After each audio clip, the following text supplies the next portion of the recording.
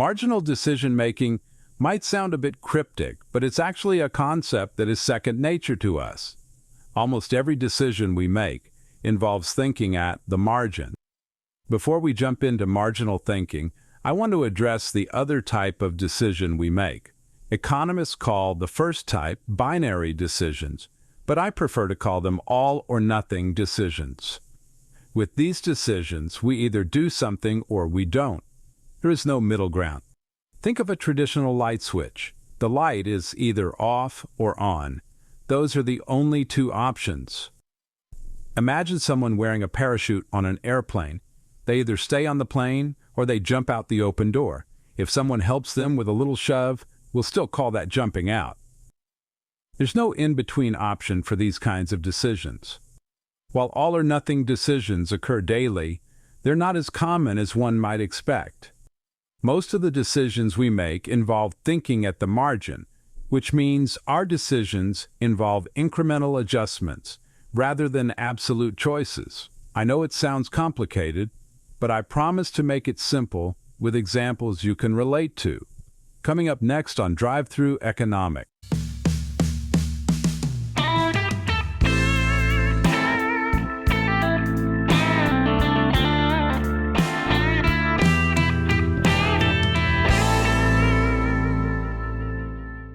Thinking at the margin means considering your next step forward and evaluating its potential impact. The word marginal essentially means additional, and in economics, it refers to the additional benefits and costs associated with a decision. Let's look at a scenario to illustrate this concept. Imagine it's a mid-afternoon in August in Houston, Texas, where the temperature is approaching 100 degrees and the relative humidity is at 75%. Stepping out of your air-conditioned home, you instantly start to feel beads of sweat forming on your face, even though you haven't done any work yet. Now it's time to mow your lawn, and you know it's going to be a hot, miserable experience. After mowing for 45 minutes, your clothes are soaked with perspiration, and you're ready for a break. After all that work in the scorching heat, it feels like a river of sweat is pouring out of you, depriving your body of essential fluids. You haven't had a single drop to drink since stepping out of a house, and now you're utterly parched. It's time to rehydrate, and you need to do it as soon as possible. Water isn't just essential for survival. It also brings great comfort to a dry mouth and throat. Economists say that people desire goods and services because they provide utility. Utility refers to the want-satisfying power of a good or service.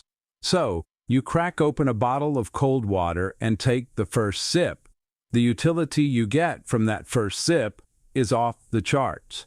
Given the circumstances, the next swallows provide almost the same utility.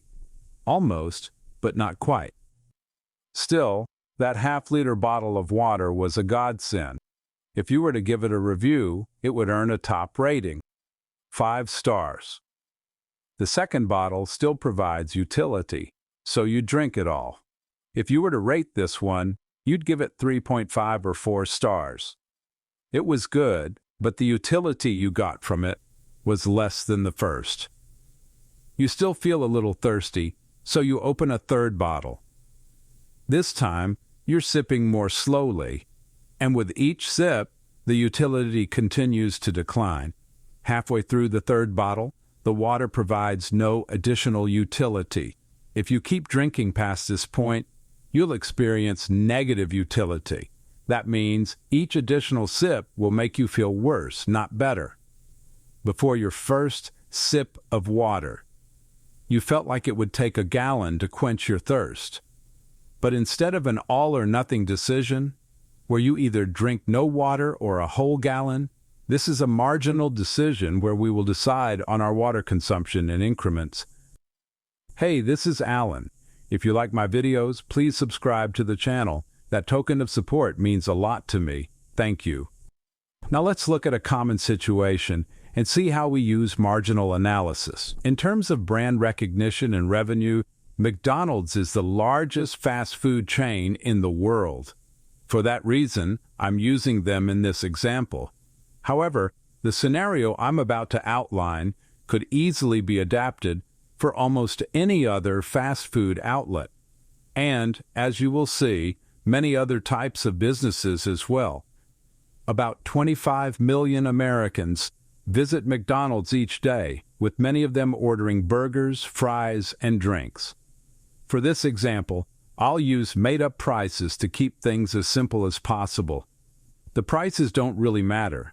What does matter is the cost-benefit analysis that takes place in a customer's mind. You've been out all morning, and now it's close to noon. You're ready for a quick lunch. As you walk to your car, after some shopping, you spot a McDonald's across the street. You open the McDonald's app on your phone to place a to-go order. You're planning to order a Big Mac, some fries, and a Coke. Looking at the burger menu, you see that a Big Mac costs $4. When you add it to your order, a pop-up window informs you that you can get 2 Big Macs for just $7. You briefly consider the offer, but it would cost you an extra $3, which you'd prefer to spend on fries instead.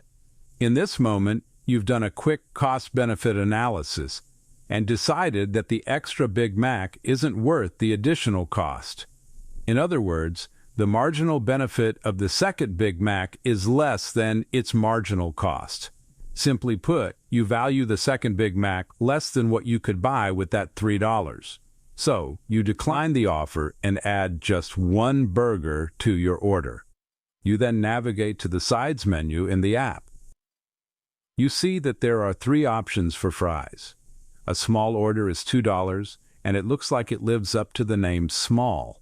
A medium order of fries costs $2.50 and appears to be twice the size of the small. A large order of fries looks like a French fry lover's dream and sells for $3. So, you look at the small fries for $2 and then the medium for $2.50. The marginal cost of going from a small to a medium order of fries is 50 cents. In your estimation, that's only 50 cents more to get twice the amount of fries. Comparing the marginal cost of 50 cents to the marginal benefit, which is about twice as many fries, you judge the marginal benefit of double the fries to be far higher than the marginal cost of 50 cents. When the marginal benefit of a choice is greater than the marginal cost, it makes sense to proceed. In this case, that means choosing the medium fries. Then you look at the large fries, and again, the marginal cost of moving from a medium to a large is just another 50 cents. Although that is a low marginal cost, you're not sure you could eat, or perhaps should eat, that many fries. Considering your capacity to consume fries and your concern for health, you conclude that even though the marginal cost is low, the marginal benefit of the larger size is even lower. When the marginal cost of a choice is greater than its marginal benefit, it's best not to proceed. So, you decide to stick with the medium fries for your order. In choosing a drink, more choices must be made by comparing marginal costs and benefits. This process takes place so often that we hardly realize that we are making a series of comparisons using the economic perspective. We use marginal decision-making when deciding how long to brush our teeth, how many minutes to exercise, and how many televisions to have in our home. The prospect of endless bluey marathons often leads parents of toddlers to consider buying another TV. We all make decisions based on our own unique values and preferences. However, we all share a common approach to decision-making, which involves considering the marginal benefits and costs of different options. While I have focused on the way marginal thinking is used in our lives, the same principles are used by businesses, churches, the government, and countless other organizations.